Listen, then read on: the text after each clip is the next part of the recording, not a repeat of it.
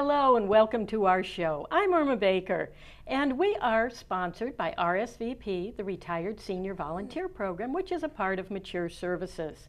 We have some special guests with us today about a wonderful community service that's available. And right after these messages, we'll be back with today's guests. RSVP of Summit County has been making a difference in our community since 1972. RSVP volunteers are increasing the quality of life by participating in programs and organizations that provide important services to the community. RSVP matches personal interests and skills with opportunities to serve. If you're interested in adding more meaning to your life and improving the lives of others, please call 330-253-4597 extension 166. Welcome back. Our guests today are Diane O'Neill. She is the Executive Director of the Community Pregnancy Center, and Jean Lefevre, who is a volunteer there. Diane and Jean, so nice to have you with us today. Thank you so much for having us. Well, our show is geared toward older adults. And some people may think, well, then why are we talking about a pregnancy center? Why don't you tell us just how the pregnancy center is involved with older adults? Okay, more than one way, which might surprise some people.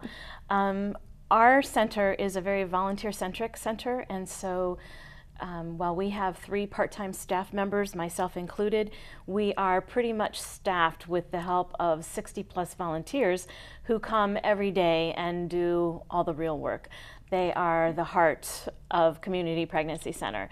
So lovely ladies like Jean, and we have lovely gentlemen as well, come in and do everything from working directly with the clients as advocates, working in the role of receptionist, doing house cleaning, because right now we're in a residential home, facility maintenance, as well as processing all of the material goods donations that we get, all the kids' clothing and cribs and car seats and those types of things that come in. So that's the first way that a lot of older people get involved with us. Well, before we get on to some of the other ways, why don't we just do a little refresher of what the Community Pregnancy Center is all about? Okay, sure. Our mission as a center is to strengthen women and families by serving those with pregnancy-related concerns. And we do that through educational support, emotional support, spiritual and material support. And so we work with young women and young families who are dealing with what some used to call a crisis pregnancy, mostly just an untimely pregnancy is probably a better term, because it can even happen if a couple is married, but perhaps the dad has lost a job and they already have 3 little mouths to feed, and now they find out they're expecting a 4th. So we're there to help in as many ways as we can to get those families on stronger ground. What kind of services do you provide? You mentioned like 4 different areas. Talk a little bit about those areas. Okay. First and foremost, we offer free pregnancy testing for any young lady who might think that she's pregnant. We do one-on-one mentoring with all of the families or young women that come to us. So we're working with them on goal setting and just trying to take a solid overall look at their life and helping them to set steps to get to a stronger place. We help one-on-one with emotional and spiritual support. The spiritual support is not mandatory, but if that's something the young lady is interested in, we step in on that aspect as well. And we help a lot with material goods, so pretty much anything you need. And little babies are very expensive, so formula and diapers, car seats, cribs, playpens, high chairs, safety gates. I don't know, that list goes on and on. Pretty much anything that you need for a baby. Well, I would imagine those kinds of things, you're always looking for people willing to contribute to that. Absolutely. Most of that is strictly on a donation basis. Yes. So you have facilities then to take in donations? We do. At our current facility, which we outgrew a while ago, that room is a little bit stretched right now, but we'll be moving shortly and have a lot more room for the intake end of things. How were you able to get a new building?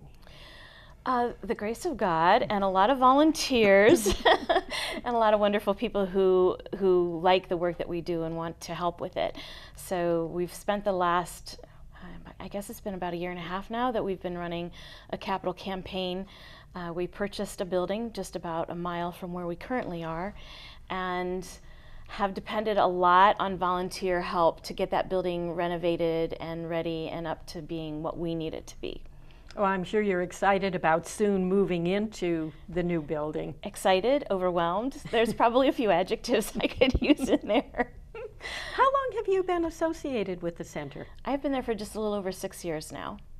So you've seen it through some growth time. A lot of growth time, which is exciting. It is, and we're about to see more when we get into our new building. The new building really came about because we were interested in entering into 3 new service areas to help our client families. And so we knew to do that, we didn't have the space. We would need to grow physically as well as in the service area. So, what you just mentioned 3 new service areas. So you're adding to the resources that you're making available? Yes. What are those new service areas? One of the things we'll be adding is group education. So our clients have asked for a lot of extra support type things that we currently didn't have room to give. So parenting classes, life skills classes, just basics like financial literacy. It doesn't really matter how much money you have, you need to know how to handle it. Job interviewing skills, how to present yourself for a job interview, how to speak at a job interview, just even how to go through the application process, things like that. Sexual integrity classes, our clients have asked for some Bible studies. We're toying with some ideas of single mom support groups and single dad support groups, things like that. So for the group education portion. The next portion, which is also another good area for volunteers, is we'll be starting a men's ministry. So we also already have a core group of about 10 gentlemen, and we need more, who are going through the training and working to be on staff all the hours we're open so that they can start working with the young dads.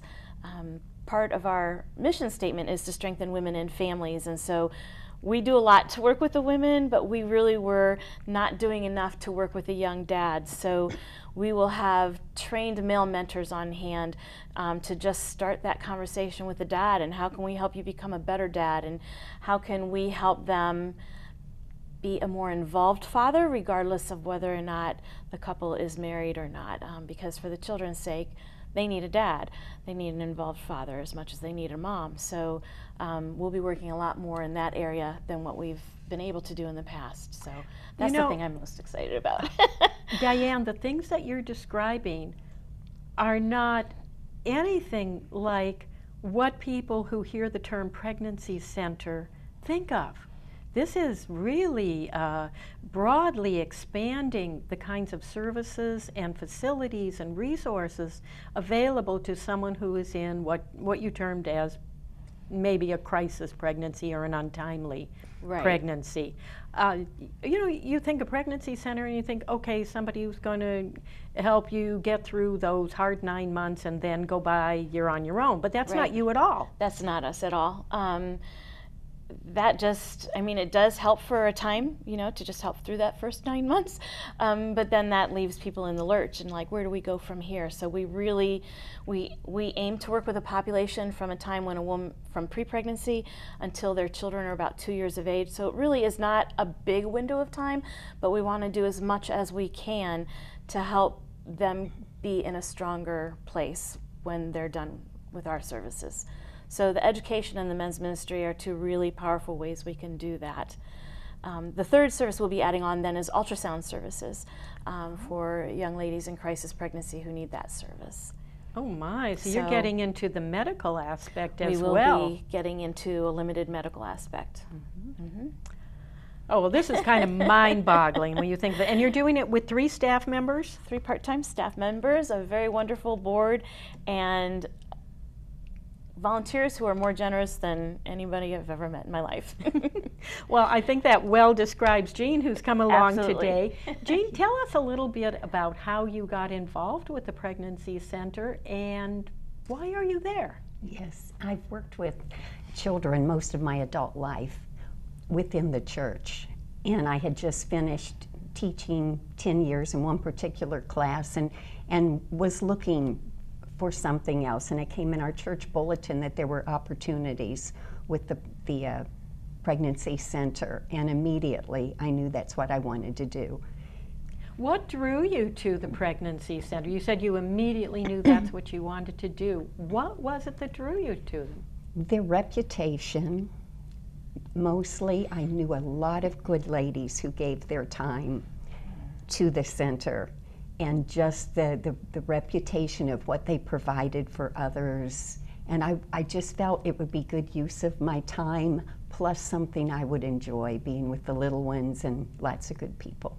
Well, when you say being with the little ones, I guess I never pictured actual children at the pregnancy center. Oh, there are. Oh, there are. At the receptionist desk, you see them all, because sometimes there will be a grandmother there or a father caring for the children, the other children, and then the smallest one often then is back with the mother receiving the help or the guidance that she needs. But we see itty-bitty newborns come in because we provide baby layettes when the child is born.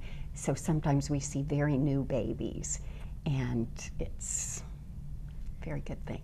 Well, do you have a playroom, or do you have like books or toys or anything for the children who have to wait while mommy's in there? We have a corner, and it's just full of things that actually, some of which the children can take home with them. But yes, they will be playing their things that make noises, silent little books to read, but it doesn't matter. It's a lot of action in there, and I do like that. Well, it sounds like such a lively, uplifting place rather than, a crisis center. This sounds like it really is devoted to family life and to strengthening the family. Now, Jean, as a volunteer there, and how long have you been volunteering? About a year, actually. And have you always been the receptionist, or have you done other volunteer jobs? I have, and actually I had come forward as a patient advocate, and I shadowed, and I was greatly humbled by the job these gals do, and I just said, you know what, I think I would like to work as a receptionist, at least for a while. And I've fallen in love with that part of the job, actually, receiving them when they call, receiving them when they come in the door. I think that's my niche. Well, definitely having a smiling face when you come in the door, especially if you are worried and anxious and scared and such, it makes a difference to know that you're welcomed and that there is this lively, hopeful place to be. Well, you mentioned something there, and Diane, I'm going to ask you, what is it that a patient advocate does? A client advocate. Or client advocate. Client advocate is the person who is trained, and Jean is trained as well. Anyone who is receptionist or client advocate has to have formal training. The client advocate is the one who meets one-on-one with the young lady or the couple. So they usually take the young woman into excuse me, a private room, and just start talking to them about what are your needs and what is your situation right now, so that they can do a better job of assessing what the woman's true needs are, so we can help as much as we can. So then that client advocate, do they put together a plan, or do they evaluate the resources that are available? When the young woman leaves that client advocate meeting, what do they have? Well, so the first part of your question, the client advocate does sort of review what resources this young woman or this family needs. And so whatever resources we can help with, she immediately gets that assistance for the young lady. Community resources, we have a full referral system of where to send people for things that we can't particularly help with. In addition, during that one-on-one session, our client advocates are helping the young woman to set at least one goal and figure out for herself what goal she wants that to be, and then what steps she needs to accomplish that goal. And then on return visits, we're revisiting her goal setting with her. You know, what kind of progress are you making? How else can we help? What other information can we give you? Whether she's trying to finish her GED or get into college or get a job, whatever that goal for her and her family is, we're doing what we can to help her make that goal. Well, how often does a client come into the center? It really varies. Someone may come in for a pregnancy test and it was negative and we don't see them again for a while. Some people are coming monthly for the material goods, and every time they come, they first have a mentoring session with one of the client advocates. So it averages probably about 2.5 times a year that we'll see the same person.